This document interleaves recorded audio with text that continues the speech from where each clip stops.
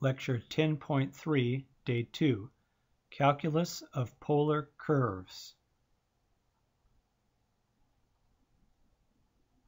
This is an early morning shot of Lady Bird Johnson Grove in Redwood National Park, California.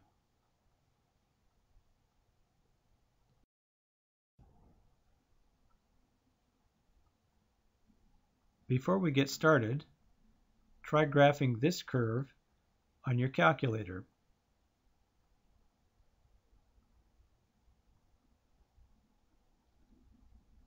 You will probably find that the curve on your calculator is not as smooth as this one. That is because your calculator cannot graph as many individual points as the computer can. This graph was done using computer software called WinPlot.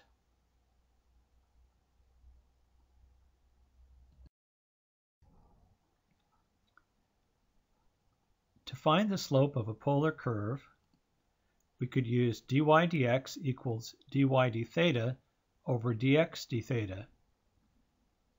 This is the same equation we used for a parametric curve because a polar curve is just a special case of a parametric curve.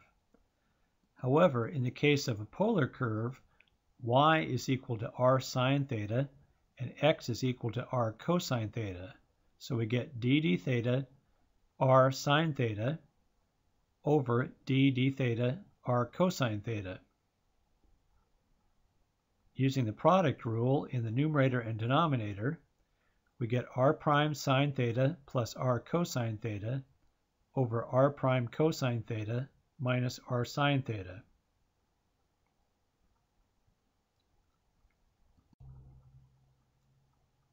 Our equation then is dy dx equals r prime sine theta plus r cosine theta over r prime cosine theta minus r sine theta.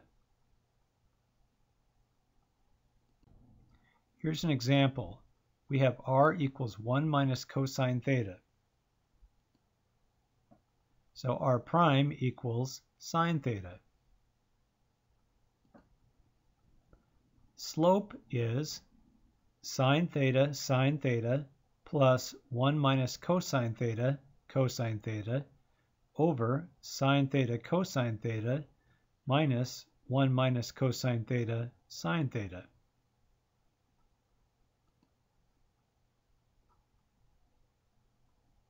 We clear the parentheses.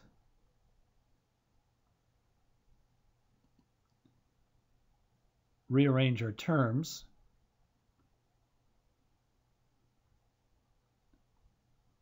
And then we notice a couple of trig identities here.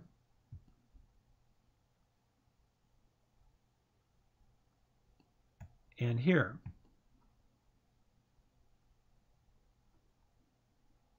So if we want to, we can rewrite this as negative cosine 2 theta plus cosine theta over sine 2 theta minus sine theta.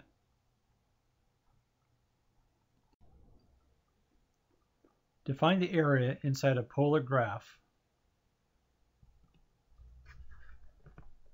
the length of an arc in a circle is given by r times theta when theta is given in radians. For a very small theta, the curve could be approximated by a straight line and the area could be found using the triangle formula A equals 1/2 BH.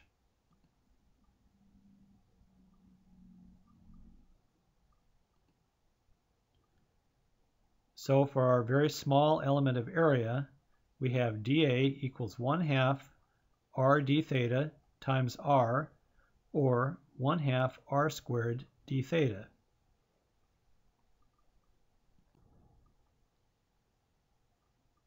We can use this to find the area inside a polar graph. Adding up all these little triangles, we get area equals the integral from alpha to beta of 1/2 r squared d theta.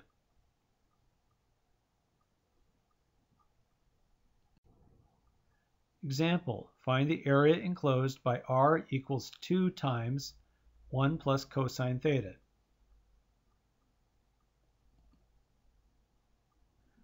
We have the integral from theta equals 0 to theta equals 2 pi of 1/2 r squared d theta. But r is 2 times 1 plus cosine theta. So we have the integral from 0 to 2 pi of 1/2 times 4 times 1 plus cosine theta squared d theta. Expanding, we get the integral from 0 to 2 pi of 2 times 1 plus 2 cosine theta plus cosine squared theta d theta. Using the power reduction rule, we get the integral from 0 to 2 pi 2 plus 4 cosine theta plus 2 times 1 plus cosine 2 theta over 2 d theta.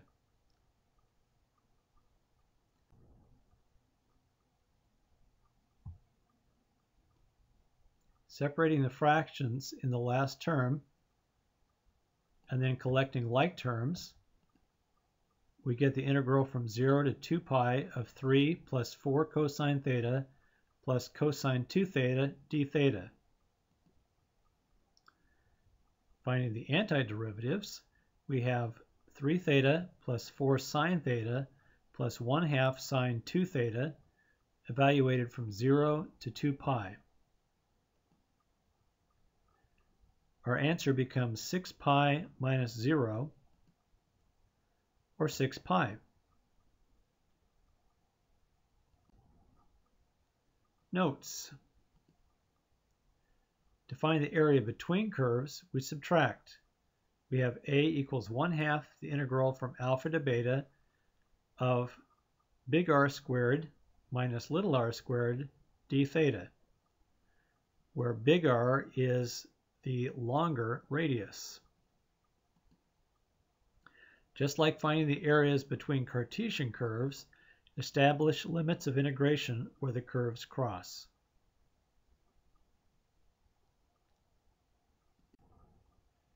When finding area, negative values of r cancel out. For example, with r equals 2 sine 2 theta, we could find the area of one leaf and multiply times 4,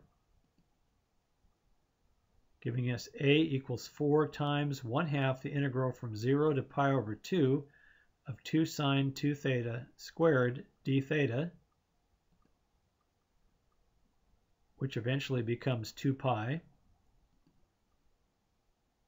Or we could just integrate all the way around, and we have area equals 1/2 the integral from 0 to 2 pi of 2 sine 2 theta squared d theta, which also becomes 2 pi.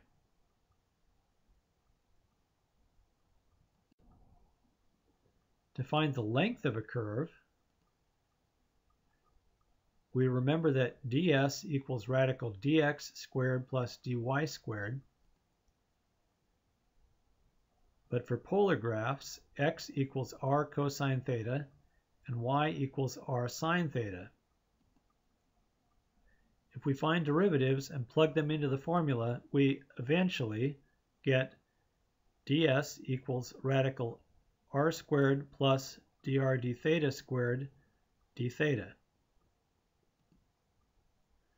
So the length of the curve formula is length equals the integral from alpha to beta of radical r squared plus dr d theta squared d theta.